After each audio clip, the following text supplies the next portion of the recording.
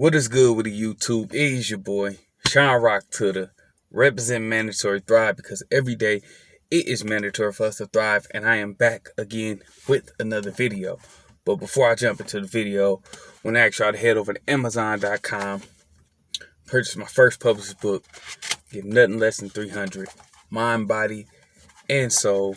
Great book, great read, great lessons. Check it out. Link will be in the description. But today's topic, I'm going to talk about lifestyle minimalism, what that is, and give an applicable example from my own personal life. So what is lifestyle minimalism, or what is minimalism in general? Minimalism is something I've been exploring, as I grow and develop in my, journey to personal development, or just finding the type of person and man that I want to be. Minimalism is basically where you cut all the crap out of your life. You cut all of the crap out of your finances. You cut all the crap out of your house. You cut all of the crap. Basically, excess stuff is eliminated, right? So that you have the things that you need, the things that you use, right? And you're making the most of not only the things that you have, but you're making the most out of the environment. So, the food that you eat, the furniture that you have, the car that you drive, the house, that you have, all of these things are part of minimalism, right? It's a way to really gain financial freedom, right? Because you pretty much downsize everything that you have. It's a really dope way of living, and I think it will be a way that I eventually transition into that type of lifestyle. But I've already had a certain type of mindset about what minimalism look like, and here's what I mean. Like, before there were microwaves, right? You had to prepare meals.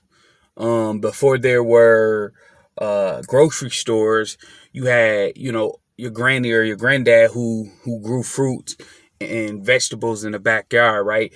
You had to go to a real farmer, or you had to slaughter your animals. Like, we had to do more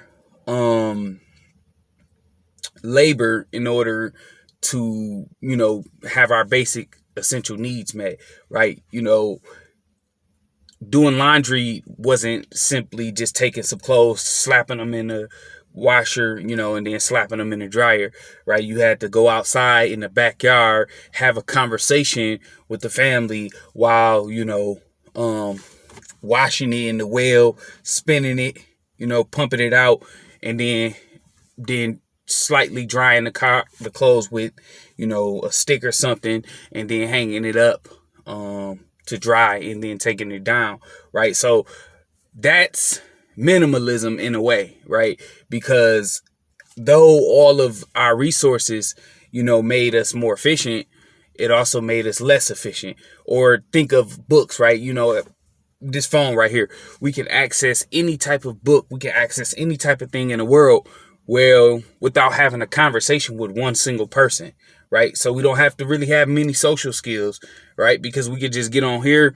I can order my groceries. I can order any clothing. I can do all of this just like that. This makes us more efficient, but it also kind of has a drawback. Where in old time's sake, you had to walk to the library, you had to talk to the librarian, and you had to go to the actual, spot and find the book specific to what you're looking for, right? Much different process. So you're getting exercise, you're getting social skills, all of these various different things with minimalism. And it makes total sense. And here's an example of my personal life where I see minimalism has been effective, in where I would say capitalism, or the traditional trajectory of lifestyle, has affected me personally. So I've been on a weight loss journey. I started my weight loss journey at anywhere between 228 pounds and 215 pounds. I've successfully managed to pretty much lose about 20 pounds. I do high level calisthenics, I train every day, blah, blah, blah, blah, blah. But anyways, here recently, I got down to my lowest, which was 186 was my lowest, right? 186 pounds. But then, and what I was pretty much doing was, at the time, I was walking everywhere. Walking everywhere, still doing my traditional training, but I walked everywhere. I walked to the park. I walked back from the park. Sometimes I would run from the park. Everywhere I went, every day was walking. If I went to the store, I walked to the store. Everywhere I walked. Well, I just purchased a couple cars. So for the past 2 to 3 weeks, my training has been the same. I've been training, twice a day, sometimes 3 a day, depending on how the day goes. But I've been driving everywhere. And just in these 3 weeks, I'm back to 196 pounds. Just in 3 weeks of driving a car. And I'm pretty sure some of it is, water weight and water retention, whatever the case may be. But the point that I'm trying to make is that just that minor adjustment makes a significant change in your lifestyle, right? When I was walking, I was getting like 30,000 steps a day. That's including my working out and different things like that.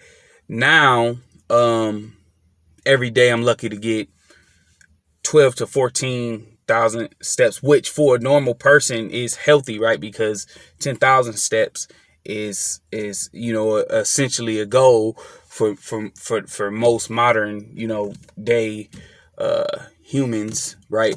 But the moral of the story is my activity level has significantly dropped due to having the luxury of having a few cars versus walking. And that has not only affected me as far as my weight is concerned, it also has affected my mind, because walking and catching a bus and moving around freely actually liberated my thinking, and it kind of got me out in space. And it wasn't like being out in nature is kind of like a snapshot when you have a car, right? Because you kind of go to a place, you do what you need to do, then you get back in your car, and then you go to another place. Where back in the times with minimalism, what we would do is we would go to a place, but we would have to actually be in nature to go to that place, right? Like kids used to play. Like we literally played outside for hours at a time. You know what I'm saying? I'm talking about 3 to 4 hours. Y'all know what I'm talking about. When we was younger, you would play basketball, you play football, you would play dodgeball, mud puddles, hide and go seek, whatever. We was out there getting it in, like we were super, super duper active. Like by the time we came in the house, we stank.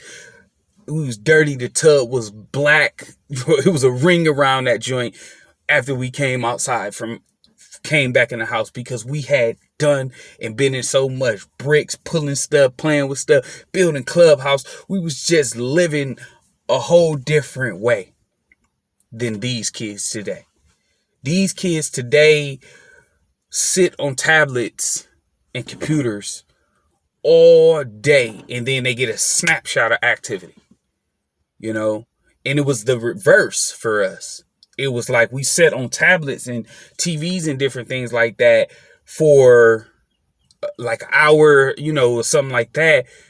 And it was like a snapshot. But the majority of our movement and lifestyle was movement and getting it going. That's minimalism. And what I'm saying is that for me, I want to align my lifestyle with just being completely active, with exploring nature, using paper instead of my laptop, reading real books instead of just on my phone all the time, and structuring my life around old school fundamental methods. You know, it's cool to run on a treadmill, but a treadmill will never beat out or kill out running on a raw road with bricks and different, and where the road is not the same all the time, and your feet has to move differently. Like, it just can't compare, right? You know, doing snatches, right? Or, you know, some weird rigged up machine that we use to mimic the wood chop will never mimic the wood chop, right? Just going outside chopping wood, right?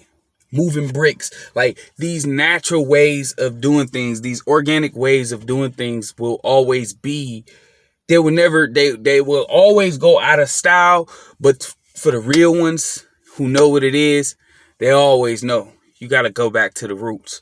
That's what minimalism is. I'm going to keep making more videos on minimalism. I hope y'all like this. Remember, dream big, work hard, live great, don't stop. It's your boy Shine Rock. Till then, I'm signing out. Peace.